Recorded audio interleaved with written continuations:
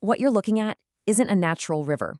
It's not carved from rock, it's forged from steel, and it stretches across an absolutely endless desert. Today, we're going to pull back the curtain on one of the most audacious engineering projects on the entire planet. A lifeline, really, built to keep a nation of millions alive where, by all rights, it just shouldn't be. So right off the bat, here's the central question, the one that seems almost impossible. How on earth does a nation of 37 million people thrive in a kingdom that doesn't have a single permanent river? Not one. Well, the answer isn't something you find in nature. It's something you have to build. All right, to really wrap our heads around this incredible achievement, you first have to understand the sheer, almost alien hostility of the environment they're dealing with. This whole story, it's born from absolute, uncompromising necessity. 95%. Just let that number sink in for a second.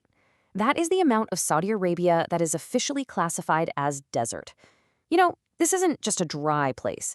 We're talking about an environment where, by every single natural measure, supporting these huge, sprawling, modern cities, it should be completely and utterly impossible. Yeah, geography's verdict here is pretty brutal and absolute. You've got no permanent rivers, zero natural lakes, the rainfall is barely a whisper, less than 100 millimeters a year. And on top of all that, the groundwater they do have is mostly fossil water, a non-renewable resource trapped underground thousands of years ago. It's kind of like having a bank account that you can never make a deposit into. You can only ever withdraw, and you know one day it's going to run out. And this quote really gets to the very heart of the matter. We all think of Saudi Arabia's incredible wealth as being built on oil, right? But its modern survival, that is built on water. And here's the kicker. It's not water they find. It's water they literally manufacture. Every single drop is an industrial product, engineered and delivered with absolutely zero margin for error. So, how do you actually do it? I mean, if you can't get water from the sky and you can't rely on what's in the ground, you turn to the only inexhaustible source you've got, the ocean. But, of course, pulling fresh water out of salt water, well, that requires a process that's almost like modern-day alchemy. And let's be clear, Saudi Arabia isn't just a player in this game of desalination, they are a global titan. The kingdom alone produces a staggering 20% of the entire world's desalinated water. That's 1/5 of the planet's total. This is not a backup plan for them. It is the primary source of life for millions and millions of people. The technology that makes all of this possible is called reverse osmosis. Honestly, the best way to think about it is like a molecular bouncer at a super exclusive club. They use an insane amount of pressure, about 60 times the atmospheric pressure you're feeling right now, to just slam seawater against this special membrane. Only the tiny, pure water molecules are on the guest list. They get to pass through. The salts, the minerals, all the other gunk, rejected. They get turned away at the door. So this whole thing is this carefully choreographed 5-step dance. It all starts with the intake, where they pull in massive amounts of seawater and filter out the big stuff, sand, seaweed, fish. Then these enormous pumps crank the pressure way, way up. Step 3 is where the real magic happens, forcing that water through the RO membranes. But they're not done. It then gets purified again in a second stage. Now, the water is actually so pure it's not even good for you. So the final, absolutely crucial step is remineralization, where they add essential minerals back in to make it safe and healthy to drink. But look, making fresh water on the coast is really only half the battle. Now you face an even bigger, maybe even crazier challenge. How do you get all that water to a massive city like Riyadh, which is sitting hundreds of kilometers inland, right across a scorching hot desert? Well, you have to build an entirely new kind of river. And just look at the sheer scale of these storage facilities. This is where all that manufactured water waits before it gets injected into a transmission network that is running 24/7, 365. It's basically a national grid, but for water. And the whole network stretches over 10,000 kilometers long. It's just mind-boggling. The engineering here is absolutely monumental, and so is the price tag. We are talking about an average cost of $3 million for every single kilometer of pipeline. And that's not even counting the colossal pumping stations you need to push all that water uphill and inland. This thing easily ranks among the most expensive infrastructure projects in all of human history. And you know, we're not talking about your average pipes here. This is high-strength carbon steel, and some of these pipes are 2 meters wide. That's big enough for a person to walk through. Every single weld is inspected with ultrasonic scanners, like an X-ray, to find even the most microscopic flaws.